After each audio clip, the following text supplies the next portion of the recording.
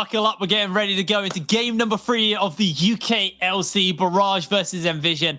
And we were like, okay, that last game was pretty long. And then Jamada went, have you seen Nvision's comp? This is probably going to be another lengthy game. BB Muffin favoring the things like the supports, the Lulu, and they seemed to play through Spark. Spark got a pentakill last week on the Kaiser, and it was basically a bunch of supports enabling him. Yeah, so guys, if you thought the last game was a little bit long,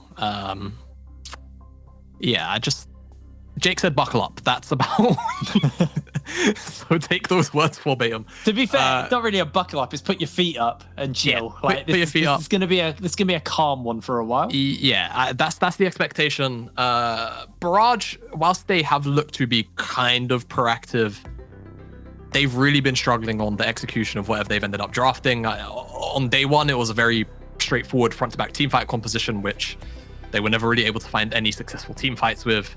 And then the day after that, they had a team composition where they had 2 flanking solo laners. They had the Irelia, the Renekton, and they still decided that frontal team fights were the option. So, moving into this game, pretty standard bans. We've had the Hecarim. Yeah. We did see the Hecarim get through 2 of the games today already. One to pretty solid success, other less so. The Olaf, the Pantheon, also pretty expected. There goes the Kaiser, not going to give over Spark once again. And the Seraphine, I mean, until she gets nerfed, I don't think we're going to see much Seraphine. Okay. BB Muffin is going to get target banned with the Lulu, though, denying that from him. I was going to say, I wouldn't be surprised to actually see Barrage round out with this Lulu ban. Yuno, though, looks like he's going to pick his hands up the Lilia. Very strong champion, but I think last week, I believe he did get a Lilia game last week and then won on the Kindred. We had a couple in the NLC as well. We saw a couple of different builds. In the UKLC, we actually saw damage Lilia, where you go for like the Leandries. But over in the UKLC, when we did see it, the NLC, when we did see it, it was the Moonstone Staff of Flowing Waters build. So I'd be interested to see what kind of Lilia we get here. King answering out though with the Kindred lock-in. Yeah, very interesting. There are definitely quite a few other junglers that have been banned away. So, you know, just wanted to get an early jungle pick in whilst they really can. I would expect an AD carry pickup here, or maybe a support, but seems like, okay, so Thresh is going to be the answer. So now this does mean, though, Spark gets priority on AD carries, which I would assume he would want here. Has finally had the Kaiser banned away from him, so I'll be curious to actually see what he wants to default to next, whether he feels like Jhin is the answer. Doesn't know what the support is, so we'll have to see what we actually get out of him. For now, getting the Leona hover, and it's going to be flicked away to Alistar last second, which I actually like the Alistar. Yeah, because if Kindred throws the ult down, you can actually polv, or you can headbutt without polving. You can headbutt someone out of it, bit like the Gragas. And speaking of the Gragas, it is open, so potentially it could pick that up in the top lane for Akers, and that is pretty nasty comp to actually play into as Kindred. Yeah, you wouldn't enjoy playing that as Kindred. I would really like to see Spark's AD carry, though. I don't really know how deep his champion pool is, but all right, well, I guess you're the analyst, because Nvision, they say, all right, we want the Gragas more, and we are going to see it just locked in. And we saw Artorias just have a very stellar, very, very impressive Gragas game where, well, I guess you play a 40-minute game like that where you're left unattended on Gragas. You should be playing like that. And I would expect, oh, wow, okay, we're actually going to get Aragon on the Aatrox as opposed to, you know, a more tank-oriented pick, which I'm personally very happy to see. Aragon is very capable on these champions, but this doesn't mean no AD carry pickup. So I wonder how Barrage are going to go about this next banning phase. I'm curious to see how the Aatrox actually matches up into the Gragas. We'll talk a little bit about that in a minute, though, because some mirrors getting banned away. I expect to see a fair amount of AD carries get focused out. Barrage get first pick on the litter here, so they can just ban away what they don't want to deal with and leave take whatever's left over. Things like the Aphelios are open. Things like the Misfortune are open. Aphelios is gone, so don't worry about that. But we are starting to run a little bit lower in the AD carry pool right now. Yeah, we're starting to get to the point where champions like Xayah are probably going to end up being considered here, which I would actually like Nvision to maybe commit a Xayah ban out to KZ. It's a champion he's very proficient at, and into this composition, it would have a lot of success. Nvision, whilst honestly, these champions aren't geared to going either forward or backwards, when they go forward, they would struggle into a Xayah, and if they've done their research, they know KZ really does enjoy this champion. and you'd probably want to see him on it more. You would want to see him on MF more than this Xayah pickup. So actually, I think I'd rather see the Xayah. Because, okay, the MF ban's a kind of weird one, because if you actually look at Nvision, they can deal with the Xayah or the MF. She ults, someone knocks her, someone can cancel that fairly easily. So I feel like at this point, KZ just locks in Xayah, and there's no real reasonable answer to it. And Nvision are going to struggle with and get... Forgot about that. I mean, Ashe Shaw is objectively strong, but I don't think you... Now you're dealing Spark can take Xayah now. Spark can take Xayah now if he wants to, and that's actually... pretty okay, because Barrage, for the most part, most likely going to be looking for picks or moving into this Nvision lineup. So Xayah would be good for him now on this side. There is still also the Ezreal, which works as a very nice disengage tool, but they would be pushing pretty hard into the magic damage profile because, as you can see here, BB Muffin has also locked in the Orianna. So there's a lot of utility coming out of this Nvision lineup, a lot of CC. So Barrage, they're going to have to approach some of these team fights very carefully, because all it really takes is one misstep, you get clipped, it's a bounce house immediately, and you get put to sleep. It's a very big wombo combo comp, and I think the Xayah rounds out nicely. Yeah, can avoid some of the damage and some of the people jumping into the Xayah with that Blade Storm, so the Feather Storm. And honestly, really like this comp put together from Nvision. They've got something that's able to handle the Kindred, but also able to kind of play a real annoying interrupt team comp with a lot of AoE abilities and just kind of enable Spark to run amok on the side lanes. Over to Barrage, though, the question is how are they going to round this out? They're putting the Victor in to deal with the Orianna. Relatively neutral lane there in the mid side. So what is Barrage comp looking to do? It's fairly obvious what Nvision are doing, but what are Barrage doing? I've just come to realization. Jake, how many engage tools are there in this game? Actual hard engage tools in this game? Alistair, Cask. I don't know if I count Lilia. I mean, technically you can, but there's a lot of non-committal. Ash Arrow. Yeah. There's a lot of non-committal engage in this game, Jake. I'm kind of worried after the last game. I feel like the Gragas and the Alistair at least offer hard engage. Yeah, so they do. But yeah, you asked me this Barrage composition. They can kind of do a lot. I think they're going to be more geared towards sort of throwing out the Ashe ultimates and then just seeing what lands.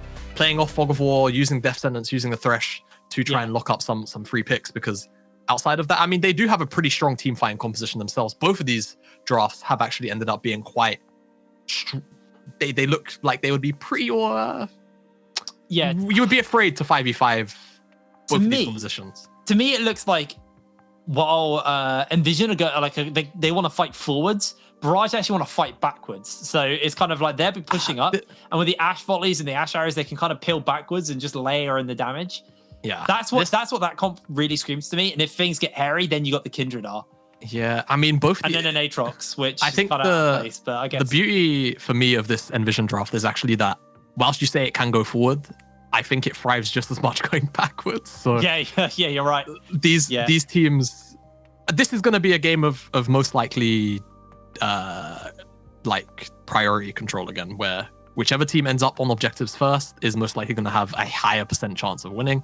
Yeah. Because walking into chokes versus Xayah, Orianna, then also on the other side, Victor, even Aatrox is kind of scary to walk into chokes versus sometimes.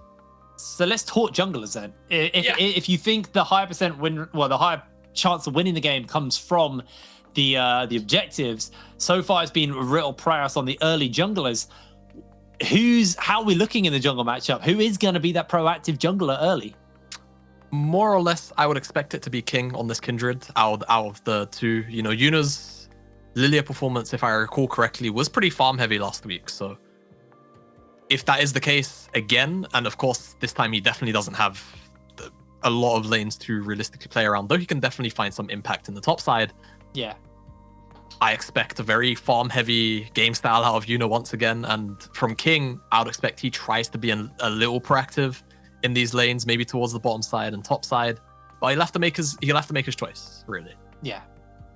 Well, looks like the teams have loaded onto the Rift, and we are getting ready to go into our third matchup of the day. Nvision versus Barrage. Pretty explosive start, I'd say, for Spark. Yeah. In 2021 with the pentakill on the Kai'Sa, this time on the Xayah. See how he navigates that. Has a lot of tools, has a lot of peel. And Spark, we saw this last week. Yeah, we saw this in the NLC. Spark just flashes the wall. Okay, flash down on Spark. Ignite used from KDO. Checking alone, that's what happens. Thumbs up from me. Very big fan of that proactivity. Who was it? Was it Singularity, I believe, that did this level 1? I wonder if they got it from anywhere else. Was it XL? I mean, I think they did. Or was it Singularity? I can't remember. I can't recall. I'm pretty. Honestly, my mind is telling 20 me 20 games last week. A lot of them have merged into one for me. Yeah, I imagine after today, a lot of today's games are going to merge into one. We're only 3 games in. We're halfway. Yeah, we're halfway. We're halfway. Whilst the shenanigans were going on bottom side, though, Nvision did actually manage to get a nice red buff ward. So they're going to split out King's initial jungle start, and both these junglers are going to be starting on the top side, pathing towards the bottom side, more than likely. So potentially some action in around 90 seconds or so. Have to see how aggressive the junglers want to be in the lane. I've actually not seen this Xayah skin in game yet. Ooh. The splash art was lovely. Yeah, what skin was it? It's the Elderwood skin. Okay. Oh, hello. King looking to go for a little invade here. Got that red buff. Yuna's going to get slowed down. He's able to jump away to safety as King takes this. We'll see how the crab RNG falls for King. Whether or not top crab will be the one for him. As Yuna is just going to lose his wolves as well. This is really rough start for him on the Lilia, I got you. Lilia, thank you. Wow, brain fried. Listen, if I had to, I mean, I did have to sit through that 40-minute game, so it's okay. Yeah, a really early invade. There's a very oppressive path from King, and you can see he's looking to get a little bit aggressive onto BB Muffin too. Gonna eat a tower shot, actually. Yeah, but, that was the well played goes up. Where's the crab RNG? That's the real question. Yeah, if it lands bottom side, he is a really happy Spirit of Death. I'm pretty sure that's what Kindred is. She's like the Grim Reaper of the League of Legends world. Oh wow, the feathers of butterfly wings. Are they? Oh, that's okay. You know what? Well, Spark, you just sold me that skin. Yeah, I think I know where you're spending your money tonight. As crab RNG, 1 second away. That's it. Hey, there you go. It was me and Orcs during the NLC playoffs last split. I think we had 4 crabs for Kindreds that went in like the perfect RNG. Was spawning on the same spot as them. Oh, was it music on the Kindred? I want to say it was. Yes, it was. Yes, it was. Yeah, and he just RNG'd every just single beelining for Yuna here. Yeah, I think Yuna's not even proper shield. This isn't even close. Yeah, Yuna's gonna have to give this up. Yeah. Top lane priority from Aragon means that it's just not. KDO. Very low down there. He's able to survive. Looks like just off the back of a nice headbutt pole combo. KDO does hold on to his flash though, which I guess is the important thing, and Spark's flash is actually close to coming back up, so. Despite the very nice and flashy level 1, no pun intended, he's not going to actually be punished for it, it seems like, because King is actually looking to secure a way. He's getting his 3rd mark. Oh, ooh, okay. No, it's his 2nd mark. It's his 2nd mark. I got well too far into myself. One of the things with the Kindred as well is he's now 2 off the major spike for the Kindred. Yeah. When you get that extra range. Wow. Oh my goodness. I just realized, yeah, he got the Gromp RNG too. Sorry, I had brain. I mean, yeah, it happens. Yeah, so like a little bit of a diffy in the jiffy this game right now. God damn it. I hit my knee because of that. But, yeah, diffy. Well, I'll say diffy in the jiffy, but it's more like mathematics just seems to be on King's side so far. RNG really working in his favor. We'll have to see what side the crab spawns on. Because that could definitely play into how King decides to actually path or prioritize this dragon as well. As Kindred passive can definitely kind of warp some early games into these small mini games of, you know, hey, no mark for you. As the crab will spawn on the bottom side in about a minute's time, so I have to see how long they stick around for, but they actually want this dragon pickup, and Nvision don't really have any interest in being on the side of the map. As you can see, going to spot Yuna. Oh, no, it's not. Oh, no, okay. Wait, doesn't? Correct. Didn't cast it at full range. Oh. Well, KZ, if you're watching this mod back, cast your E's at full range. There you go. Make sure you scout that entire jungle. Yeah. They have a little bit of information. They knew Yuna had cleared out the Raptors at least semi-recently. Obviously, they had gone down immediately. That was the information we knew. But if you're on the side of Barrage, you don't know that. Is Yuna actually going to get himself some more chicken nuggets? Yeah. Nice bit of counter jungling here. You know King's on the bottom side, but this thing, this part is where it gets a bit risky because you're invading here into no prio. Yeah, he just pops the R, gets the knock up. Look for the chains. They're not going to quite hit. Aragon does a lot of damage, but Akaz is coming around, and Aragon is going to make his way out. Very heavy shoved in bot lane, and King... That wasn't a mark. That wasn't a mark. The crab actually... I mean, the mark actually RNG'd onto Gromp, so got a little fortunate of that. He is going to beeline it straight to this Gromp, and Yuna also doesn't have Smite. Bolting. Oh, no. They spotted out a ward. They spot. Okay. I think that's why they backed off. Okay, but here's the thing. They're now... Yuna's actually taking the time to do his blue buff.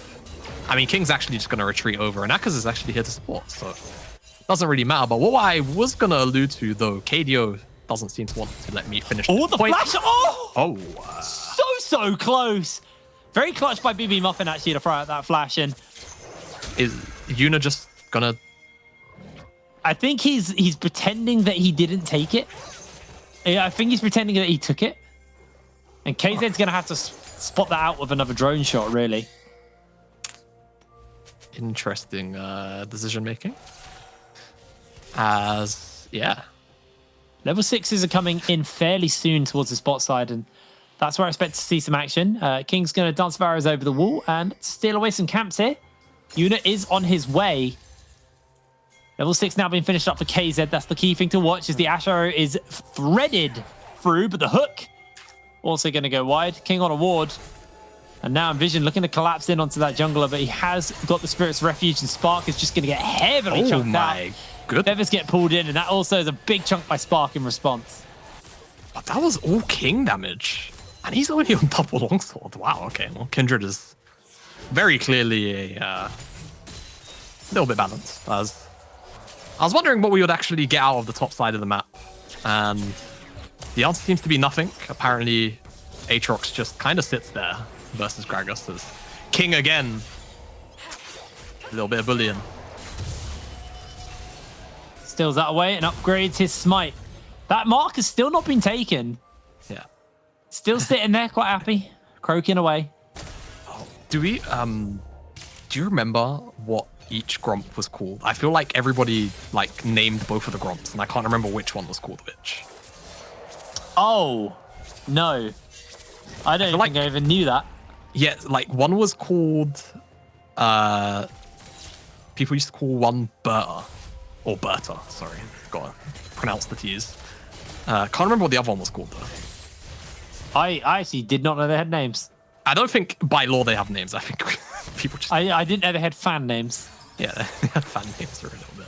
Yuna, though, he might actually finally kill the guy. Oh! Oh! Hey! Thomas! Lovely. Oh, finally, the Gromp falls, and it is spotted out. Yeah, there you go.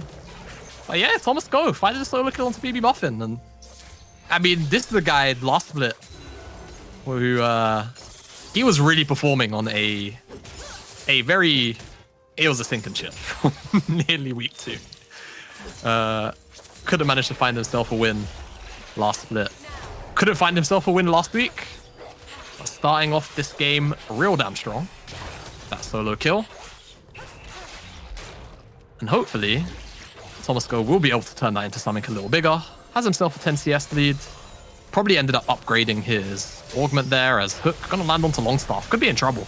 Yeah, they've still got the Ash Arrow, and ulti's already been used by Longstaff. Is able to flash away to safety. Takes a fair amount of damage. The Ignite was used. Flash, though, in response for Longstaff. And While that was going on, Rift Herald was secured by King. We'll see what he does with that. Yeah, my expectations for this Herald usage. I mean, after the mid play, we could actually end up seeing King want to drop it towards Thomas Go, but honestly, a lot of these lanes are in quite a neutral state, so it's more or less going to be an opportunistic Herald wherever it does get dropped. You know, skirmish happens. Oh, look, bottom tower. Hey, look, we're next to mid lane. That's how I kind of see this. And I think it's going to be used mid lane. Aragon's about in the area as well. Yeah. Dragon spawning up in a few seconds' time as BB Muffin's flashed onto. Big shockwave. They've got the teleport to work with. Aragon's popped the World Ender. Gets himself a missed knock-up onto Akkers, and they are able to make their way away as Aragon has those Infernal Chains. Takes a fair amount of damage in response, and King's chunked out pretty heavily there. No flash on BB Muffin, but a massive shockwave from him was really impactful as the hook by KDO does go a little bit wide. Yeah. Let's not forget, with the Gragas actually here, even if Kindred drops the ultimate, there's still the threat of a Cask just completely dismantling the fight. But, I mean, fights being dismantled. Oh! Yuna steals it! Doesn't get the Drowsy off in time. Now KZ onto Spark. Spark looks to turn it around. Big headbutt pole. Here's the Lamb's Rest by Akkers. Has already used the Cask. So everybody's going to heal back up to full. Massive denial by Yuna, though. Yeah, very nice flash over the water still that way. And it just means that there's no immediate threat of an earlier soul. It's going to be also the Infernal. Both these teams would probably love to get their hands on that, honestly. Multiple strong users of that soul. And man, I mean, Yuna, good job. You've been getting bullied a whole damn lot as a... My goodness. That was close. That was very close. That would have been a tower. But let's have a little look at that again. Can we get this in slow-mo? I hope we do. I want to see how... Oh, all right. Well, it looked pretty frame perfect. The reason that King didn't have smite. Wait, you're... All right, gotta start the replay, man. Can we replay that again? Like, genuinely, did he not have smite? I'm not sure if he smited before. Did he smite early? Hopefully replay can just play at least that last little bit again. Let's have a look at this again. Yeah, because he didn't have smite. Barrage? Guy. All right, please, okay. Observers, I'm That's all I needed to see. Wow. Thanks, crew. I appreciate it. Yeah, Barrage. Why is the observer acting like he did that? You didn't do that. Taking credit for our replay. No. He's saying like you're welcome because I thanked him. No, he's not. I know what he's like.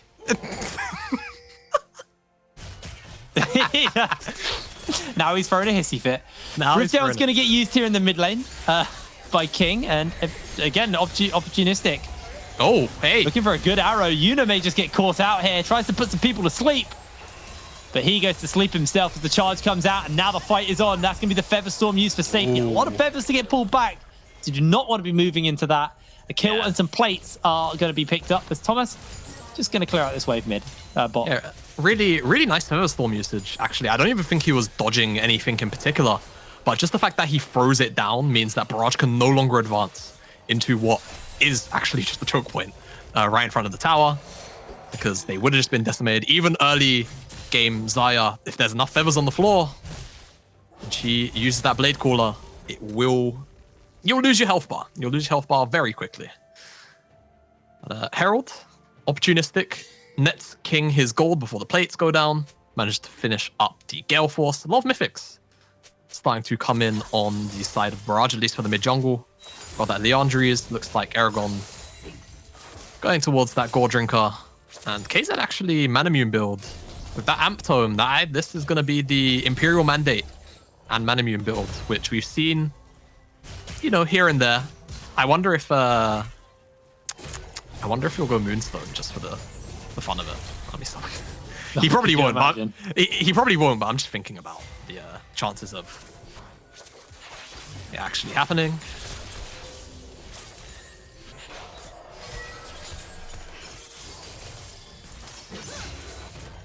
Just quiet time. Hey, that's a nice Aatrox skin, actually. I don't think I've seen that before. It's his new one, and I can't remember the name of it. I'm normally kind of up to it on skins. Yeah. I know there's some people who don't really use skins. Gulborg's not a skins person. Really? Yeah, I love them. I think I use skins to make up for my lack of skill, though. I find normally good players are the people who don't like really care about skins.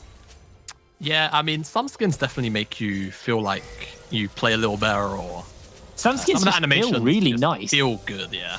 It's like Shockwave Z. The effects feel lovely on that skin. Yeah, Shockwave Z has always felt really good since. I mean, that was the skin he came out with. So. Yeah, the Galaxy Slayer skin's actually really nice for him as well now. Yeah.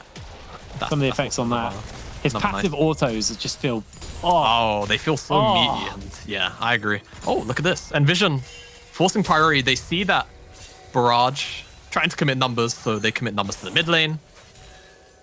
Very impressed BB Muffin actually didn't end up dying there, because that is a very BB Muffin thing to do to a weak side play like that. But the tower, yeah, it's gonna die.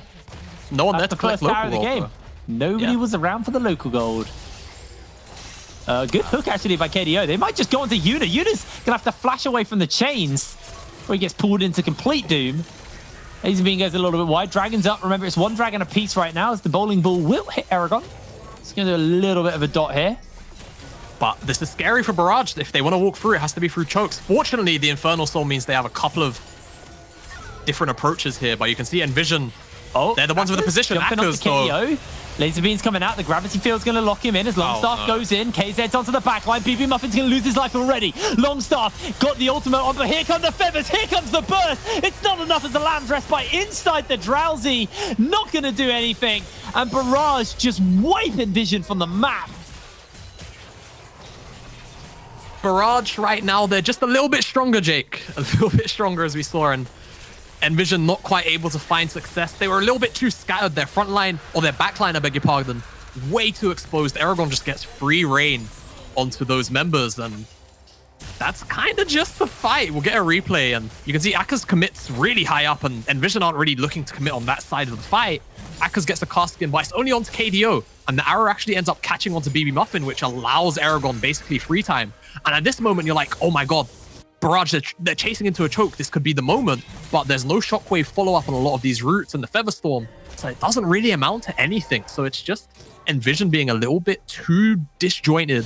They have to kind of play in a deathball style of team fight. And wow, this gold lead has just ballooned over the last couple of minutes. 4,500 in favor of Barrage.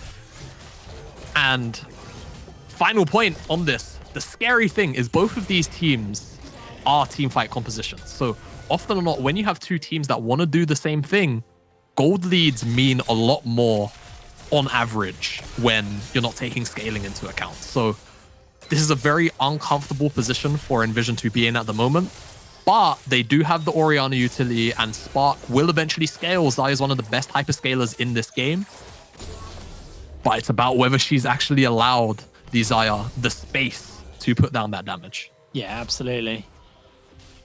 It's actually going to be the Leandries build as well for Yuna.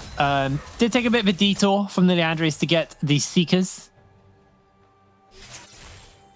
Yeah. I think King really sending him an early message. Just like, all right, well, I guess I'll get the Seekers so I don't get one shot. I'm sorry.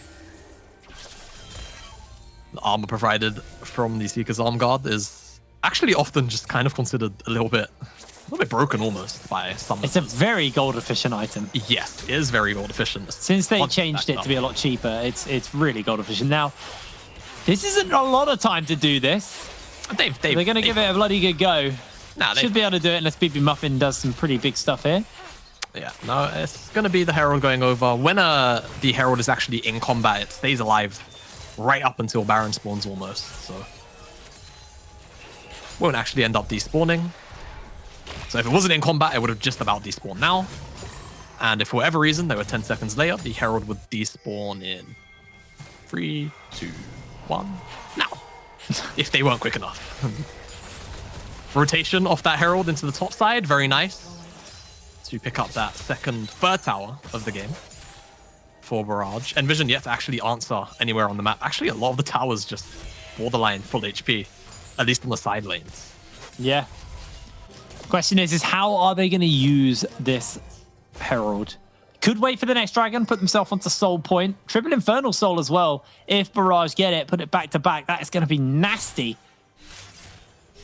Yeah, and Barrage actually on quite a few strong item spikes here.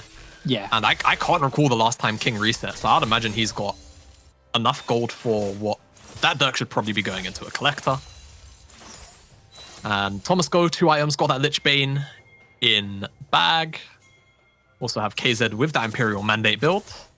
Does not Keep in mind though, Spark is pretty strong right now. Has been farming up a complete storm. Yeah, he's got 200. Could we get a gold check just quickly? Oh, we got the arrow flying. It's not that big of a lead. Arrow is going to go wide. Hook's going to go wide, and Spark able to dodge everything. Yeah, back to farming. Is only 400 gold behind KZ. KZ with 2 kills and 4 assists. So it's farm being very significant for Spark right now. Yeah. Able to keep himself relevant is the important thing, and hopefully for his sake, I think he only had a longsword, so I don't think he had enough gold here to be at 2 items for this next fight. Oh, he's actually going into Essence Reaver. Oh, he's Zaya. Why am I thinking he's going to go Collector?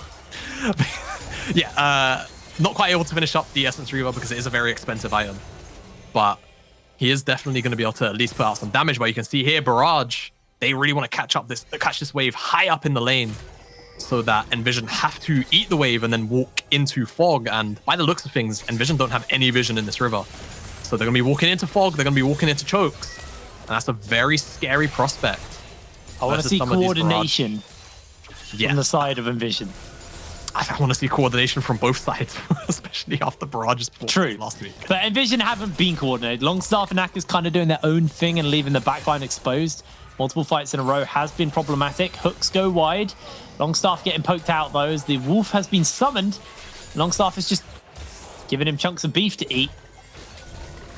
Yeah, and I mean, Barrage can just take the dragon pretty much for free. Nvision are trying to engage, but this is the problem. Very, very messy for engage. The shockwave is going to hit onto Aragon, but delivering back into cast spots the world engine movement speed. Sap's going to go wide, and Dragon was taken in the meantime. The Ash doesn't hit anyone with the arrow, but Akka's slowed down by the volley. No shockwave, remember. Another massive slow as King Gale forces forward, secures himself a killing spree, and a double kill to boot. That might just be the triple as well there, as KZ's actually the one to secure it. BB Muffin is sent packing. And again, it's just about positional advantage. Whoever ends up in the river first seems to be winning these fights. Okay, well, Yuna's gonna heal. Smite. Yeah, he's gonna smite. He's gonna smite. And Herald's gonna be crushed into the mid lane. And yeah, I mean, actually, no, I tell a lie because Nvision had the river priority in the last fight and they still managed to lose. But Barrage this time showing Nvision how you use river priority, allowing Nvision to effectively walk into them despite Aragon almost making an illegal play. We'll get the replay. As you see, Aragon gets clipped by the shockwave here, and it just means that there's enough CC to follow up where he almost drops out the world ender movement speed and flashes enough. And now it's Akka's who's in an awkward position, and at this point, Barrage can just chase forward. And it's at this point where things kind of get a bit scary because you'll see Spark drop the Feather Storm, and you can see there's actually quite a few feathers on the floor. But Spark's already too low. He dies before he's able to actually get a sizable root caller off. And Spark, you didn't quite see it because we've got the live feed still.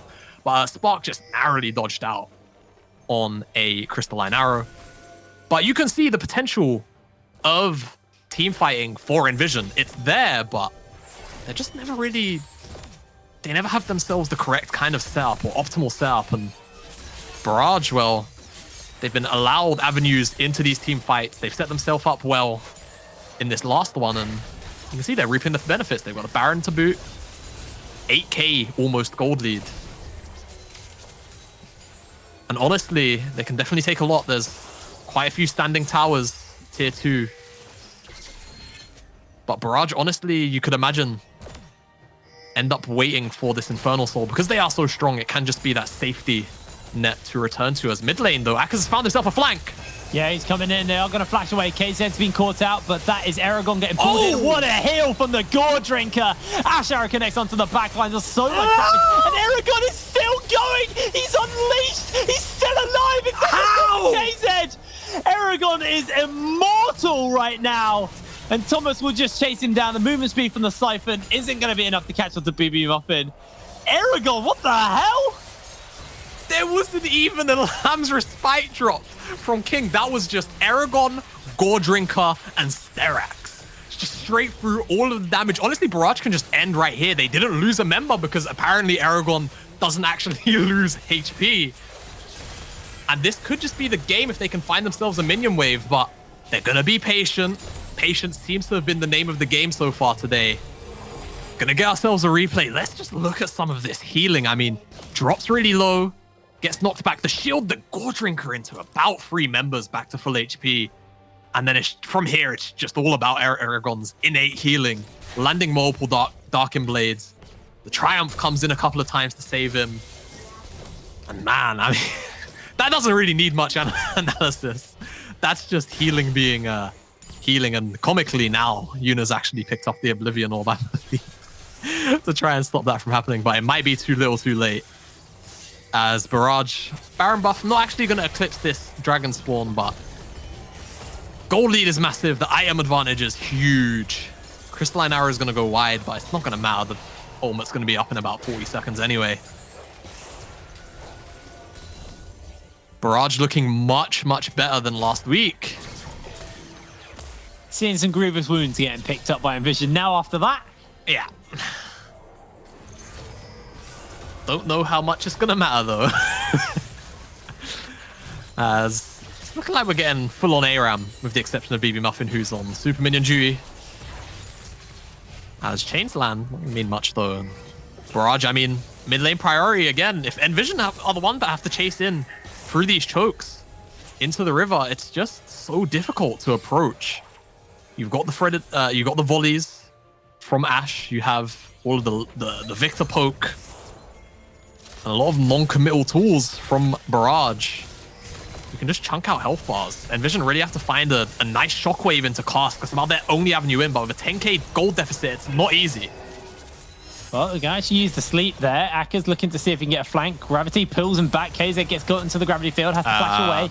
Aragon on that front, and a lot used to not kill KZ. Longstaff goes for the headbutt pole, but he is immediately going to get chunked out. The Enchanted Crystal Arrow is there. Big shockwave onto a couple of members. The Lamb's Respite has already been used. Spark remains untouched, tries to Gale Force, tries to put the feathers down. Can he get the kill onto Thomas? He flashes in, finds the shutdown, but Aragon going to the knockup. They still need more blades, and they don't have the damage to work with. It's only Spark who lives, teleporting into the base. BB Muffin and Spark are nowhere near, and Aragon's looking to close this one out. BB Muffin, no shockwave available, is able to clear this. The Spark is going to reset. Health bars are low on Barrage, keep that in mind. But there is a Gore Drinker, and it's so hard to deal with that as the towers are being cut through. Spark got his reset cancelled, and now he's coming in on the flank. The towers are going to go down. The Nexus has been laid bare, as they do get a shutdown kill, but it's not enough. And Nvision get taken out by Barrage. Taken down, Barrage find their first win of the split, and much better from Barrage. I outlined at the start of the day that I had some growing concerns after last week's performance. But here versus Nvision, we know they're a slow team. And honestly, the draft kind of just favored this style of play more for Barrage. And Nvision, they were never really able to use their tools effectively to force Barrage into uncomfortable positions. Barrage never even really had to cast a defensive Lamb's Respite.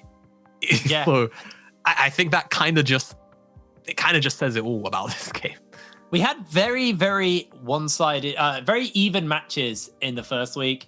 Second week, it feels like they're very one-sided, controlled stomps. That seems to be the theme for week 2 coming to the UKLC. I don't know. It was a very good win, though, from Barrage. Yeah. It was just controlled, and it felt like Nvision didn't really have many options. There was a little bit more life in that game than we saw in game 2. But for now, we are going to throw to a quick break. And when we're back, we'll have an interview, and we'll break that game down a little bit more. See you in a second.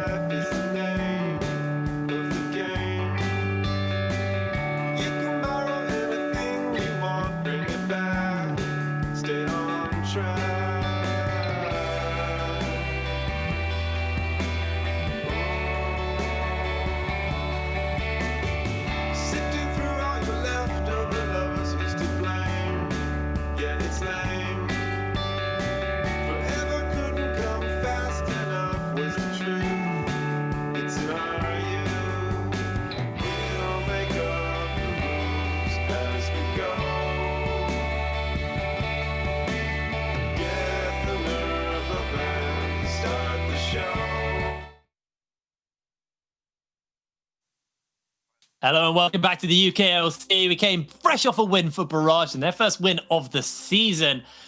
Honestly, really good stuff, and then just pretty controlled, honestly. It felt like Nvision, they had some fights, they had some signs of life, but like you said, when it's two team fights in comps and one just gets ahead in gold, it feels like the other comp just really struggles to actually get an edge in a fight.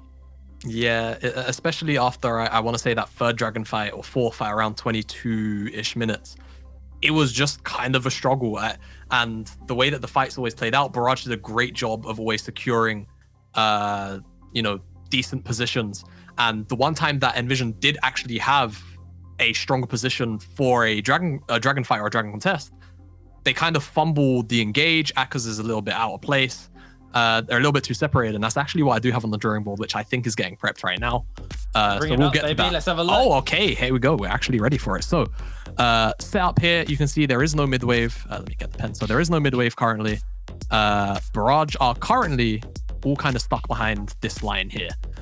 So this means if they want to approach, they have to either come down here like this, and that's technically kind of a choke. This is most certainly a choke.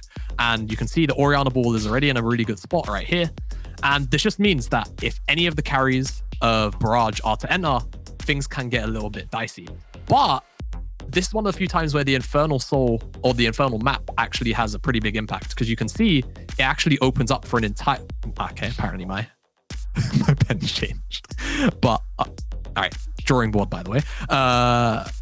You can see, because of the Infernal map has been opened up, it means that Barrage actually have more access to freedom of movement here. So we get the clip playing up, and Aragon just says, well, okay, I can't make it through this choke. I'm just going to go around the back. And we'll take a pause. You can see KDO and Thomas Go are up here on the top side, and the approach in general from Barrage is relatively scattered. So this means Nvision can kind of pick and choose in a way from this position who they want to go onto. But let's actually get a play on what happens. And you can see now Nvision start to get a little bit flustered. They can see Aragon. Oh God. They can see Aragon. Yeah, to be fair, this is your first one of the night. First one of the night. Aragon, he's here. He's posing threat onto BB Muffin, onto Yuna. And he's kind of unchecked because the front line of Nvision is up here. They're kind of keeping Spark safe. And Akers is like, okay, well, let's engage on the top side. Thomas Go is kind of out of position. And Aragon's left to his devices a little bit. And Akers doesn't actually get any follow-up because the attention is on Aragon. And because the fight ends up being so split, Aragon just gets free reign onto the backline. And right here, even though we end up seeing all of Barrage chase into this choke here, like so, you can see the fight's already done. There's nothing for Nvision to do. And had Nvision been a little closer together and they end up having to retreat into this choke as a 5, then this is maybe a scarier fight for Barrage, because you can see BB Muffin died without even casting this ultimate here. I don't have a square, so I'm just lining it apparently. And yeah, all in all, a very nice fight from Barrage, but it's just Nvision not really recognizing they have to be together.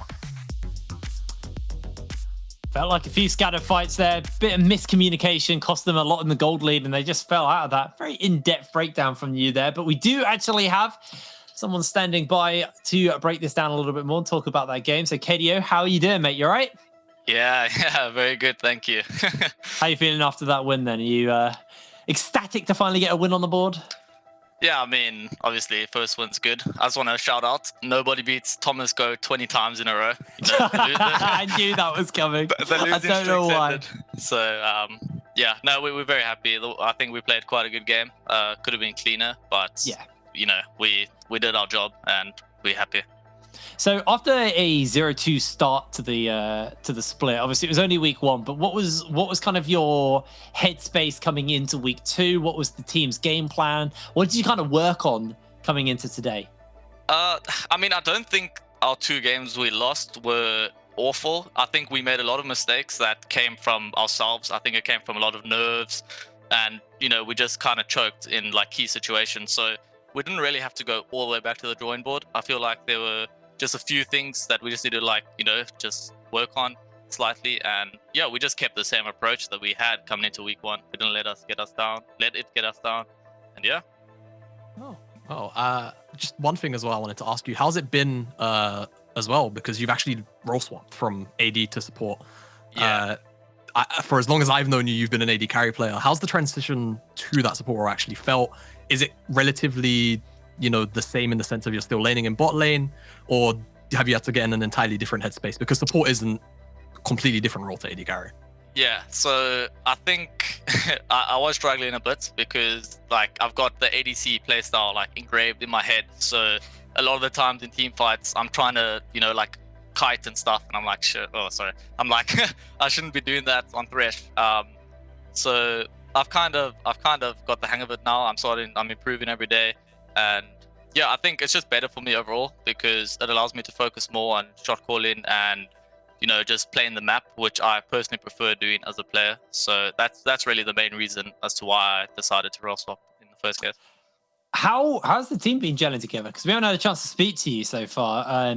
Is all 5 of you going on really well? Or how's getting through those kind of initial teething problems? What's that all like? Yeah, I feel like we gel quite well. We all get together. We all get on quite well together. So that's really good. We all be friendly, and we meme and stuff. So I think that's very important.